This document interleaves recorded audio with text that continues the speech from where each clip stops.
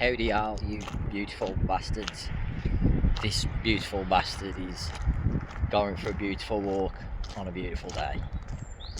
Well, what's left of the day. This is actually my favourite time of the day. That hour or two before the sun goes down. They call it the golden hour. But yeah, the last like hour or so before the sun goes down, when the sun casts a nice glow on everything. It kind of gives me a little magical feeling inside. I don't know what it is, but something about the way that the sun hits different this time of day. It like activates something inside of me that gives me like a magical feeling inside. I can't explain it, but it's kind of like how I feel. It kind of gives me like a warm, glowy, magical feeling inside. Whether it's winter time when it goes dark at 4 o'clock, or whether it's summertime and it goes dark at 10 o'clock, that hour or two just hits different. This is the first walk and talk of the year for me outside. We've not had pretty much any sun this year so far in England.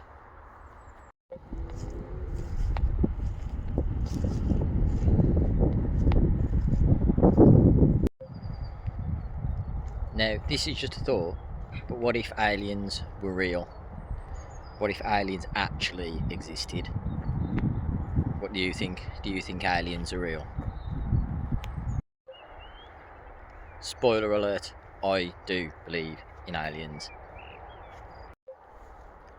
Let's just look at this from a logical, scientific perspective, because you know, gotta trust the science. On the electromagnetic spectrum of light, humans can only perceive less than 1% of what is out there, and everything is light. That's not some woo-woo shit, that's real.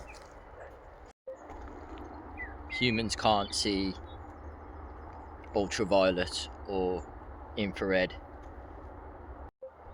but we know those exist on the spectrum. So if humans can only perceive less than 1% of what's out there, how much do you think we don't see? What are we missing out on? What are we not perceiving? And that's just with our eyes. Obviously we have other senses, and some humans have extrasensory abilities. And when you look at all the variation of life that we can see with just that less than 1%, all the diversity in nature, from the animals to the plants to the fungi, pretty crazy really, the millions and probably billions of different species we have on this planet. When you encompass all of the realms of life, all of that life, all of that variation exists on a tiny slither of bandwidth of light on the electromagnetic spectrum that we humans can perceive.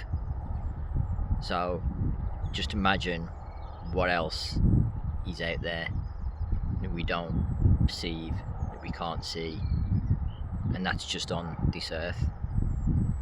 That's not taking into account the rest of the universe.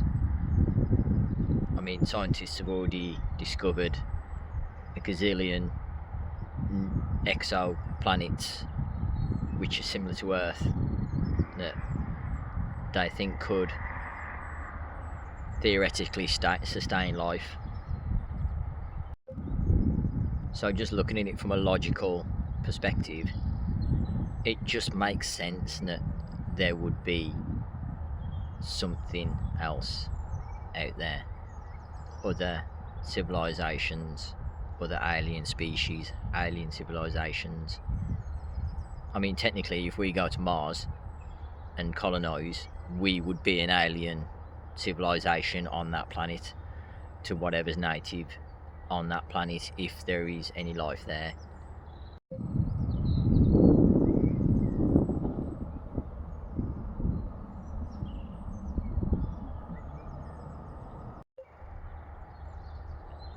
I just think there's got to be more out there. Can't just be us on our own on this little rock in an infinite void that we call our visible universe. And then there's all the weird shit that happens down here on Earth. Like, you could look at an octopus and you look at an octopus and you think, yeah, that's an alien. Like, if you'd never seen an octopus before, you would think it was an alien. You wouldn't think it was a creature. You'd be like, yeah, that's an alien. Like, they have 9 brains. I mean, come on, if that's not an alien, what is? But yeah, seriously, there's too much anecdotal evidence here on Earth, and so some would say like physical evidence too, although, you know, these days it's hard to believe anything on the internet, whether that's photos or videos. And even since we've been able to record encounters, like, there's always been question marks over like hoaxes and whatnot. But it's just sus to me that humans were technologically stagnant for thousands of years, and then all of a sudden we make these leaps, these advances in such a short window of time that we've existed, like literally over the past 100 years or so. Now, since Roswell, really.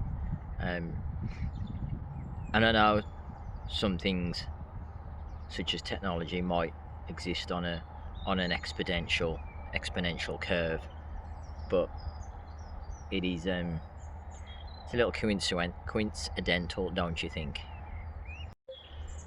And then we've got all the testimonials of abductees, and even though I've never had a personal experience,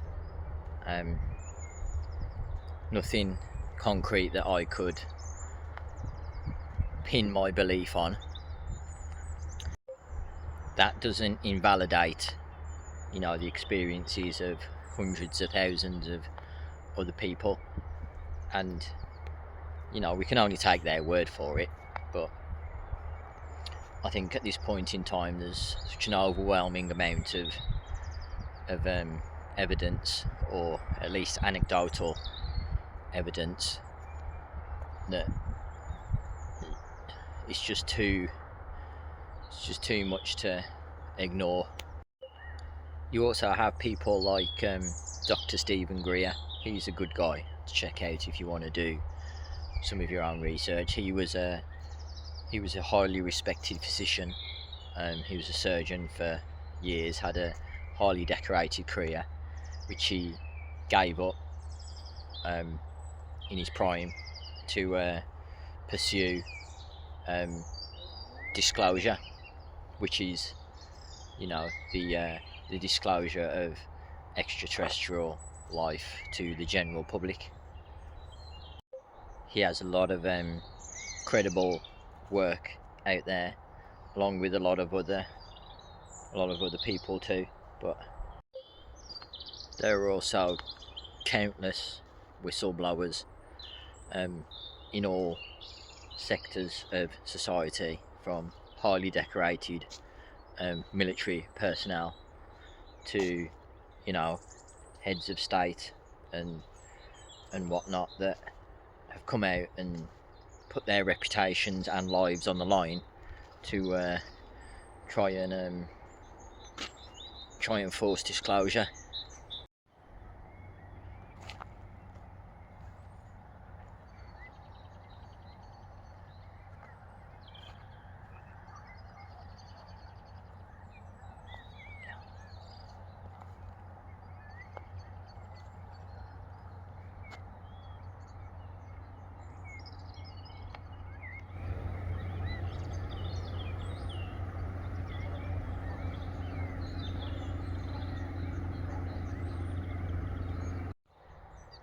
And then if we take that short hop over to the spiritual community, we get a little woo-woo. We love the woo-woo on this channel. There's countless channelers and remote viewers and people like that who have testimonies and encounters, documentation, who have had experiences with ETs and channeled ETs.